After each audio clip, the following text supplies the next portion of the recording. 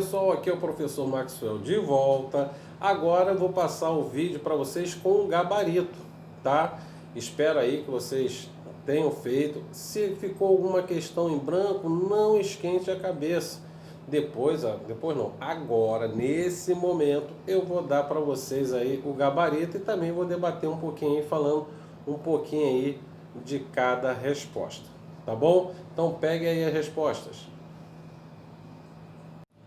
Oi pessoal, aqui é o professor Maxwell de História novamente, agora para a gente debater e ver aí o gabarito destas perguntas. Vamos lá. Questão número 1.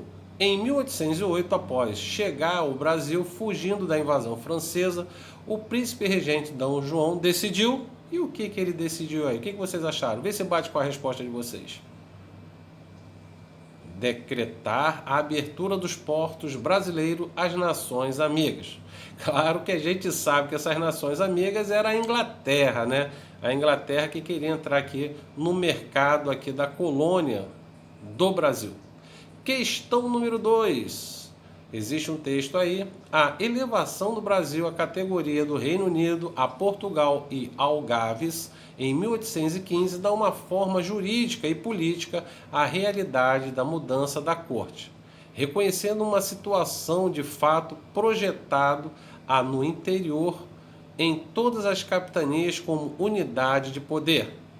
Segundo Raimundo Faoro, em Os Donos do Poder, a elevação do Brasil à categoria do Reino Unido a Portugal e Algarves, quando o Brasil era sede da monarquia portuguesa, contribuiu decisivamente para... Vamos à resposta. É a unidade política e territorial mantida após a proclamação da independência do Brasil. Mesmo o Brasil, né, se tornando independente de Portugal, claro que o Brasil conseguiu manter esse imenso território que nós temos hoje, diferente da América Espanhola, que acabou se fragmentando. Vamos lá, questão número 3. Sobre o processo de independência, deflagrando no Brasil em 1822, o que implementou o primeiro reinado, é possível dizer que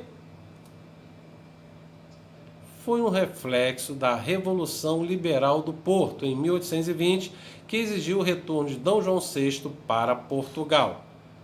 Essa resposta está dizendo que o Brasil vai se tornar independente porque vai deixar que seu filho, o príncipe regente Dom Pedro, depois que ele proclama a independência do Brasil em 1822, vai ser coroado como Dom Pedro I, né? Vai ser o primeiro imperador do Brasil. Essa Revolução do Porto, ao exigir Dom João VI retornar, abriu as portas aí para a independência do Brasil. Questão número 4. Do ponto de vista político, podemos considerar o período regencial como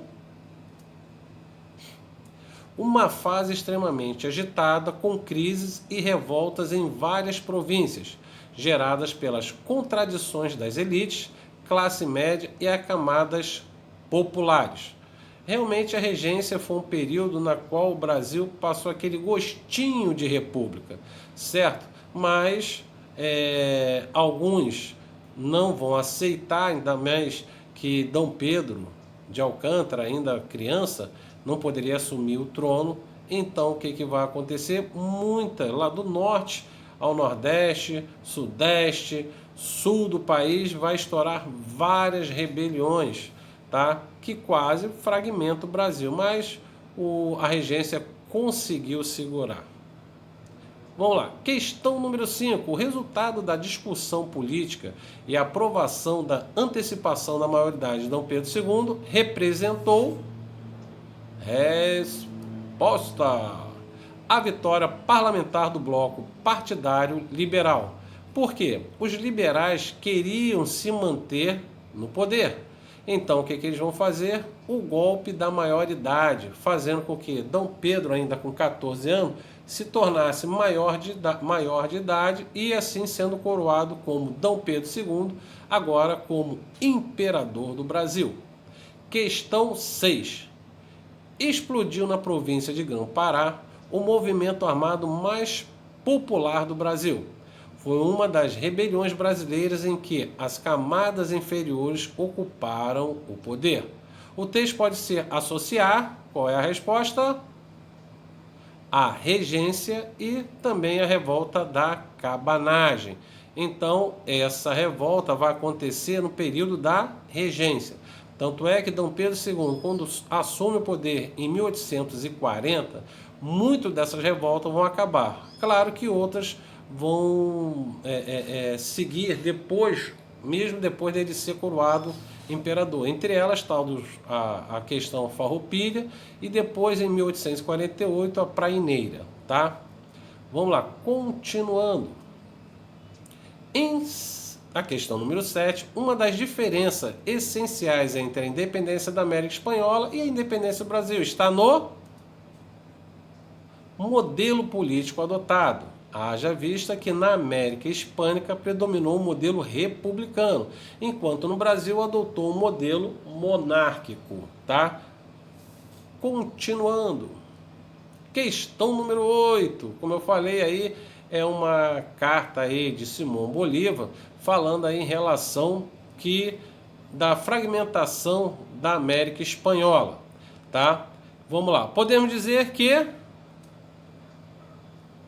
conforme afirma a carta, Bolívar declarou diversas vezes seu sonho de unir, a unidade americana, mas em sua ação política e militar reconheceu que as diferenças internas eram insuperáveis. Bolívar tinha esse sonho, de manter uma América espanhola, ou hispânica, sendo um único país, mas cada crioulo tinha sua vontade e queria lutar pelos seus próprios interesses. E Bolívar viu que não dava para manter a unidade, diferente do que acontece aqui no Brasil. O Brasil conseguiu manter a sua unidade, tá? Vamos lá, questão número 9. Durante o segundo reinado, com a consolidação de um projeto político nacional, após os conturbados anos da década de 1830, do século XIX, o Brasil ampliou sua projeção externa e esteve envolvido em várias questões importantes no plano internacional, principalmente na região da Bacia do Prata. Sobre a política externa do segundo reinado para essa região, é correto afirmar: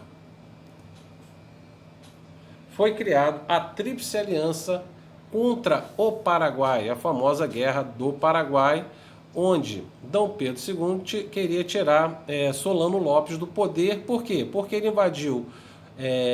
Solano Lopes queria expandir o território paraguaio para chegar ao Oceano Atlântico. Então ele invadiu o sul do país, aqui do Brasil, também a Argentina e um pedaço do Uruguai.